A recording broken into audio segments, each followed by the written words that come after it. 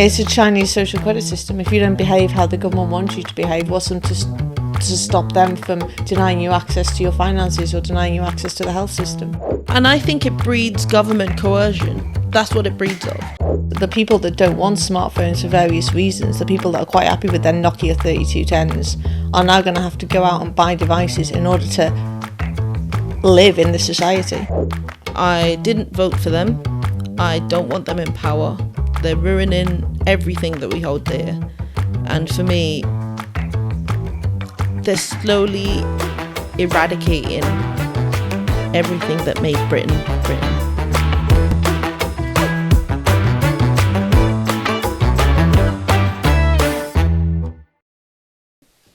Digital ID. Do we need it or is it a scam? I'm Garcia. And I'm Izzy. And welcome to Informally Informed. So, I wanted to talk about this. Earlier this month, or late last month, not entirely sure when. Some point in the last couple of months, Keir Starmer, our glorious leader, proposed digital ID for the UK populace, right? So he's saying that it's going to be like a brick card, which is what they've branded it because they're arseholes. A brick card. And it will be held on like a smartphone. So you could use it on your smartphone. It will only include like core data, which is what they're naming it. Because of course they are. Slippery slope. Of course. So they're saying name, date of birth, photo, nationality. The thing is, right, I'll come on to the madness of this later on. So it's basically, the proposal is making digital ID mandatory for the right to work. All right. Please note that when I said core data, not once did I mention national insurance number. What? I know, right? But anyway, so basically what they're saying, it's going to be used by employers to check people's right to work, and it's intended to be used for public services, i.e. childcare, driver's license, welfare, etc., etc. Basically, every part of your existence within the state will be governed by this. That's Very dangerous. 1984. Yep. And they're saying that the police would not have the power to demand the digital ID just because they see you.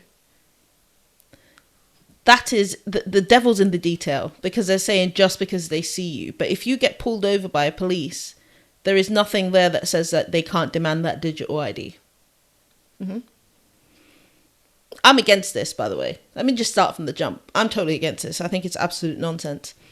So they're saying that the intention is that the digital ID would be free to download, free to use, and free to hold for people who are legally residents or citizens. Can I just interject? Yeah? You said free to download onto a mobile phone. Onto a mobile phone. Which you have to pay for. Yes, you do. Which a lot of people that I know do not have smartphones. Indeed they don't. Indeed they don't. So it's not going to be free, is it? Because the people that don't want smartphones for various reasons, the people that are quite happy with their Nokia 3210s, are now going to have to go out and buy devices in order to live in this society. What of the elderly? What of the people that live in the society but live outside it? For example, the gypsies. Yeah. So the proposal would emphasize that the design and technical standards, security and privacy would be worked with careful consultation. The thing is this, right? You are already giving the government interference in this country is at an all-time high. And the Labour Party are taking the piss with this. You know, I had an interesting conversation with somebody at work the other day. She came up to me and was like, Izzy, I've got a question for you. Everybody keeps banging on about digital ID, why it's a bad thing. And I don't really understand why it's a bad thing. So can you explain it to me? And one of the points that she brought up was, well, everybody keeps saying that they're going to have all this information that they never had access to, but don't they already have that? And I was like, well, actually, no, they don't. They don't have that. Like, if I was the Prime Minister of the UK, and I thought my boyfriend was gambling illegally or something along those lines, I can't just go into his bank account and check. No amount of power. I'd have to contact the bank. I'd have to use my power of influence, all this kind of stuff. But with digital ID, the way it's going, they wouldn't have to do any of that. They'd have everybody's information right there. It's not all in one place. Mm-hmm. That's the thing. The current system, although if they really wanted to go under the radar, they could probably find out the information if they put in a lot of effort and hard work. But it's not readily available to government officials like it would be with this new digital ID. And I understand that, and I guess that's where I come down on it, because this information shouldn't be readily available. That's what I mean. Yeah, that's what I mean. It shouldn't be readily available. Also, I see a lot of people saying, well, a lot of European countries have digital ID, so why can't we have digital ID? The thing is, their system is set up a lot differently than ours. We are a different country with different culture. Are you talking about Estonia? They're talking about Estonia. There was a major problem with the Estonian digital ID because it got hacked, and like millions of people in that country, their information was, what's the word? Stolen? Compromised, that's what I'm looking for. But the information was compromised. And I'm pretty sure it was stolen as well. Like, these hackers went in. Like, it makes you, turning the entire society digital, puts a massive what happens if it does get hacked? Because let's face it, well, look at everything can get hacked. Look at what's just happened to the Pokemon company. As you all know, nobody knows. Yeah, okay. Well, look at what's happened with the Pokemon company. They are the largest gaming company in the world, okay? They have been hacked. Everything that they've planned for the next 5 years is on the internet.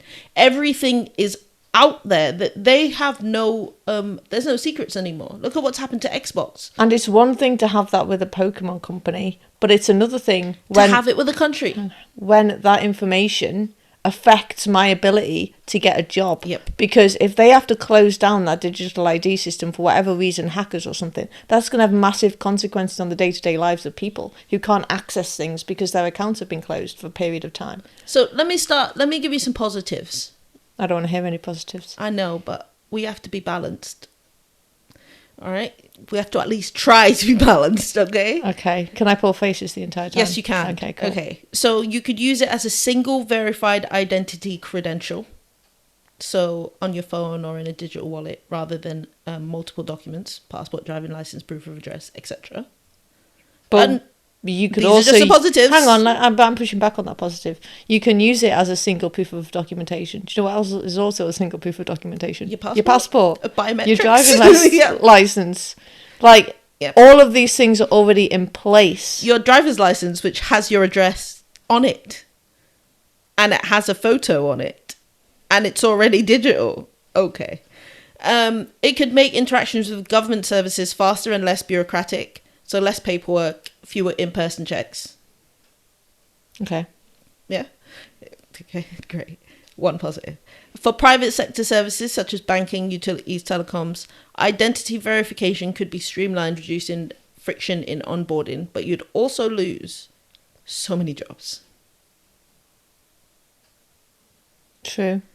But even more so, it's one of those things though where if you're having like financial difficulties or because like because the bills are going higher and higher and less people are able to afford them, it could affect then every single part of your life, including your banking, your everything that you do. It would affect it. So there's hardly any secrets from the government anyway, but they wouldn't have to dig very far to see it. But again, yes, that's true. I'm trying to think of like those things. Think of it in terms of, right, what happens when, because now that we've got this new, you have to show photo ID if you want to access porn sites or anything like this. What happens if some up and coming guy decides he wants to become Prime Minister one day, puts all of his time and effort into it, decides to throw his name into the hat, and then his competitor comes up to him and says, you do what I say, or the current Prime Minister who will have access to all these records comes up to him and says, if you don't back out, I'm going to tell the entire world you were watching midget porn last week. I don't know. I feel like it's too much access. As you know, I do not believe in big government. Anyway, this brings me on to my next supposedly good point. Digital IDs can incorporate cryptography, biometrics, and tamper-resistant features to make identity fraud, forgery, or impersonation harder. Yeah? Yeah. All right. It can help reduce fake identity or forged documents in critical contexts. Yeah. Like job applications, renting, public benefits, etc., etc. And as intended by the government proposes using digital IDs to make right to work or right to rent checks more reliable, thereby reducing illegal employment or misuse of rental markets. Also, I don't know what a right to rent check is. A right to rent check is when you look at a prospective tenant. One of the checks you need to do is make sure that they are legally in the country and have a right to rent your property. Right. As a landlord's responsibility. So so basically, we're going to have a lot more homeless people because not everybody is going to be able to have digital IDs. Like, for example, in our previous video on class, we spoke of the underclass and their experience of the world, which is not. And also, I mean, yeah, the illegal immigrants presumably won't be able to rent anywhere. But this is presumably only going to apply to people that are moving in. If you're already in a property and it comes in, that's only going to come in. They're not going to go around and check everybody in the country. If you're already in a property, you're already in a property, which leaves you rife open to abuse from potentially landlords, that you've got nowhere else to go because you'll have to do a right to rent check, stuff like that. Or the people that actually, when they get their asylum granted and they end up out on the streets because that's what the UK government does. A lot of people think that you automatically get housing when your asylum's granted. That's not true. You end up in hostels, which is how we end up with crime situations. True, but I don't think that's going to affect it on this case because if your asylum has been granted, you do have a right to rent. But yeah, and I guess a right to work at that point.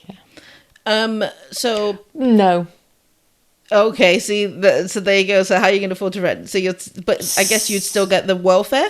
Yeah, it's a tricky. People think that it's easy as an asylum app. I'm not quite sure how it works exactly, but I know that while you're waiting for your asylum claim to come in, you don't have the right to work. Yep, which is then funded by the government, and I guess that's where that comes in. And anyway, so it's supposed to give you better access and inclusivity if done right. For people who lose or don't have proper documents, digital credentials may help them prove identity more easily. Could help in age verification for restricted services and sites, like what you were saying before about the midget porn. The disadvantages, we've finally gotten to the negatives, which is, Brits. So, of course, we're going to focus on the negative. No, I'm joking. No, in all honesty, I think that this proposal, even though the government have said that these are the benefits, do we even trust the government? Let's start there. Because I don't. So, it's a centralized and tightly integrated digital system can become a tool for mass surveillance, profiling, or cross-linking across data sets. Health finance usage, unless very strictly controlled. Do you remember what I was saying before about how what you do in one part of your life will affect others because of how the digital ID system would be set up? It's a Chinese social credit system. If you don't behave how the government wants you to behave, what's them to stop them from denying you access to your finances or denying you access to the health system? Exactly that. And where is the limit? Because right now, there aren't that many checks and balances on what the government can do in terms of our personal sovereignty. We don't have that anymore anyway because the government's eroded all of that stuff. Function creep. So what you said about data collection potentially getting stolen, and data collected for one purpose may later be used for additional purposes. So right now, do you remember what I said about the police? How it said about they have no right to demand your digital ID should they just see you. Doesn't say should you have committed a crime or anything like that. They've caught you in a compromising position, or you know what I mean, or anything like that. You've ran a red light, digital ID. It's like I was watching something on digital ID the other day on YouTube, and somebody made the point of saying that there's like a law from I think it was like the 1974 Terrorism Act or something, that's now being used to lock people up for tweets. right? Just look up Graham Linehan and how he was arrested by 5 armed police officers when he got back to this country and all this kind of stuff. Lucy Connolly, people getting 20 plus months in prison. It's all well and good saying, yes, but the intentions are there. But in 1974, whatever year it was, when they were writing that legislation, never in their wildest dreams did they think that that legislation was going to be used for something like this. And also, the road to hell is paved with good intentions. Exactly. So this whole, well, your slippery slope argument doesn't make any sense. It makes all the sense because we have precedent after precedent after precedent of things being created with all the good intentions. We're only going to use it for this. And then the government just using it for anything that they want to later down the line. Look at the to curb their political opponents, I might add. Like you just said about the 1974 Terrorism Act, okay? Look at the one that came in 2004, 2000, was it 2000? Around early 2000s. 2004, I think it was. Yep. The Anti-Terrorism Act that came out that is now being abused by the government, and they continue to abuse it. I mean, all these stuffs that they've proposed on curbing protests, this would aid them in that. So there'd be no freedom of speech. That's gone out the window. What little we have left would be gone. Did you hear there was a YouTube video, some guy knocked on the door of some house and the guy had the good common sense to film it. It was somebody that worked for the council and he was like, oh, I heard that, the council have asked me to come round. It's not what I want to do. I think it's ridiculous, but council have come round because we believe you're planning on attending a protest next week. Here's the leaflet explaining you why that's not a very good idea and you should think before you go. If they can track you at every time and every place, what's to stop them from saying, oh, well, you've had your quota of protests for this year? Or, it's a really... It's a slippery slope, man. It's a slippery slope.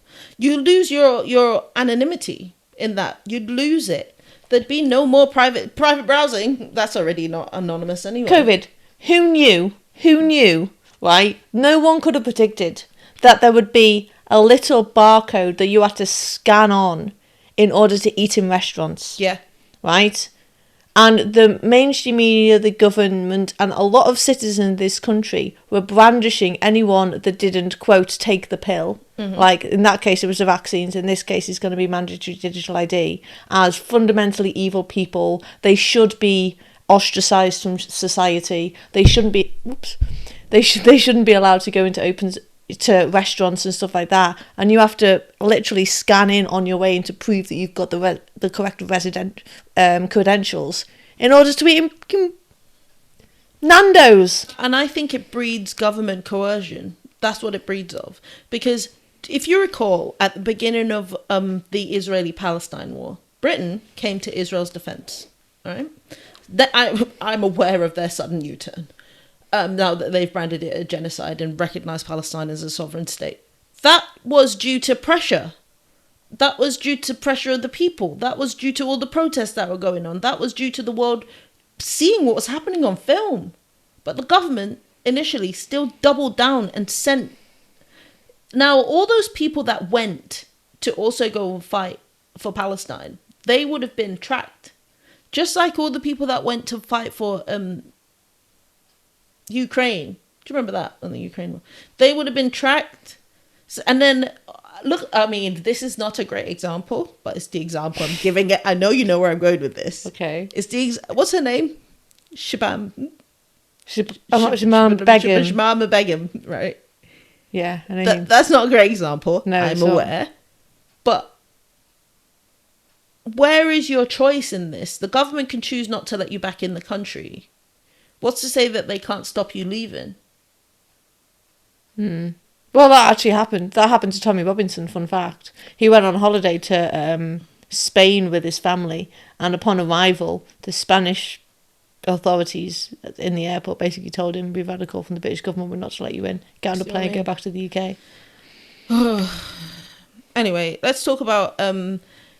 we've already touched on the security risks with it, which is still big. We've touched on digital exclusion, which is around older people or access to it, errors in identity verification, which is a thing because government systems go down all the time. So what happens when that happens?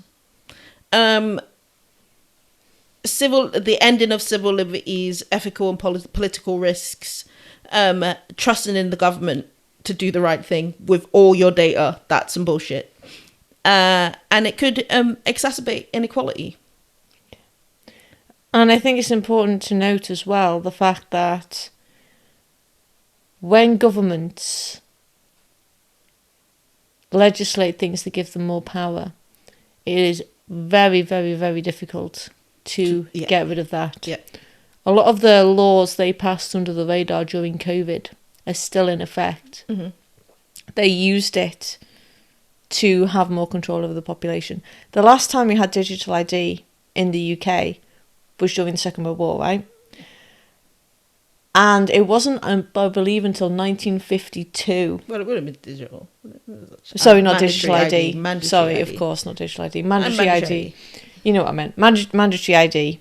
And it wasn't until 1952 that they got rid of that. And they only did so under pressure from the people, because it's like, this isn't our country. We live in a high-trust society.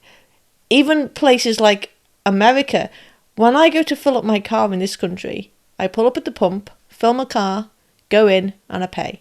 Easy. When I'm filling up in America, I've got to go in and pay in advance because they don't trust me not to fill my car up and then do one. The pumps don't work until you've prepaid for the pumps, right? We live in a much higher trust society than the vast majority of countries in the world. And yeah, that's it. The government's turning it into a mockery. Yeah. But I feel like... And once it's in... Because don't forget, the Second World War, that was wartime, that was different. They didn't want to give it up, but with pressure from the people, they eventually did.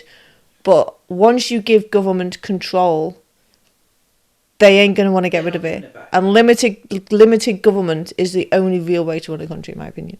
Can we quickly touch on the cost of all of this implementation, please? Because this is, of all the things, this is the biggest bugbear for me. The British economy is failing. It's not growing at the rates that it should be. We're in a recession. How on earth does the government plan to fund this?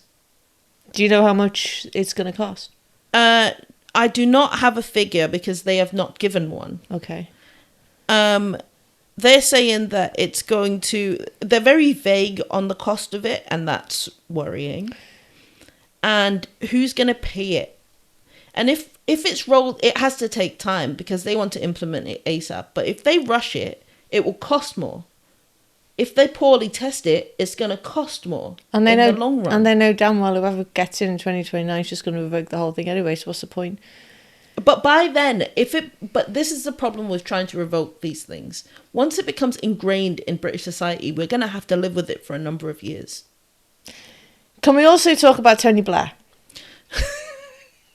Words I never thought I'd hear myself say. Yes. Tony Blair tried to bring this in. Yep. In the early 2000s, right? And he failed dramatically. Nobody wanted it, just like nobody wants it now. This isn't divided along party or political lines either. Everybody's against this. The left, the right, everybody's against this, right? Even Jeremy Corbyn just made some comment about how he agrees with Nigel Farage on this. But the thing is, Keir Starmer, this is not going to a vote. Oh, yeah. But the point is, Tony Blair's now 70, right? This was his legacy. This is the Blairism and his ideology and the things he put into place. Things like globalism, mass immigration, the university stuff that he did, the quangos, all this kind of thing. The one missing piece of the puzzle for his ideology was digital ID. And he tried and he failed. You don't expect me to believe that he's not the one pushing the freaking buttons for this. Because he is. He is. It's his foundation. Yeah, Tony Blair and Cherie, Tony and Cherie Blair Foundation. Oh, Institute. No, it's an institute. It's them. This is not something that we as a country need. This is not where we should be spending our money, considering all the things that's going on in the UK. And I cannot fathom how it is that the Labour Party hasn't had a proper revolt against Keir Starmer and his government. Because he threatens to remove the whip and all sorts of stuff, doesn't he? Where are your principles, man? Where are your ethics? I know that, like, when we come in a future episode, or maybe past episode, depending on when you're watching this, when we touch on the class system and the politics involved in it, this is one of those things wherein the Labour Party are no longer a party of the people. No. They're no longer for the working class. Forget the working class in this. They're no longer a party for the people. They're the party for the deep state. Yes. But when you say deep state, it makes it sound crazy. But it's true. They're not there to help you. Look at taxes in the UK are ridiculous. That's because when the term deep state first came out, it was very cleverly branded as some sort of conspiracy theory. Yeah. But in actuality, it's not. It's a real thing. Yeah. It's a real thing. Whenever you say it, it makes it sound nuts. Anyway, I'm going to wrap this up here. Nothing else to add. Do you have anything else to add? Just one thing. Go on. And that is that I don't think this is me being optimistic. I think this is me being realistic. I genuinely think no matter what anybody else says, no matter what Keir Starmer says, I don't think they're going to be able to pull this off. I don't think it's going to happen. I don't know. I mean, every time I think Keir can't do something, he goes out of his way and fucks everything up anyway. Yeah, maybe. I have no faith in this government. I didn't vote for them. I don't want them in power. They're ruining everything that we hold dear. And for me, they're slowly eradicating everything that made Britain Britain. They're slowly trying to integrate us into Britain with an American twang. No matter how we look at it. That's got nothing to do with digital ID, though. Americans don't have digital ID. It doesn't have anything to do with digital ID, but it does have something to do with government control. Even though I am aware that America has less government control than we do, if you look at the way that like Britain's been going, it's almost as though, that's what I'm trying to say. It's like Americanism with the British twang, because they can't get rid of our system is too entrenched, but they're eradicating parts of it that make it make it less entrenched. I'm not sure I agree with you on that, but I need to have a proper thing, because every time we do an episode about Britain, you bring up America. Yeah. And you say, well, they're trying to make us more like America. I don't think that they're trying to. I think the government's trying to. But I'm not sure. I don't see the parallels personally. But maybe we can do an episode on it. Yeah, why not? We can discuss this, because I do have some salient points, and they are not conspiracies. Okay, cool. Some of them are conspiracies. All right. Let us know what you guys think in the comments, and we'll see you in the next one. See you in the next one. Let us know if you agree or disagree with any of our views. That's the point of the conversation. Join in. Don't forget to like, subscribe, and hit that notification bell.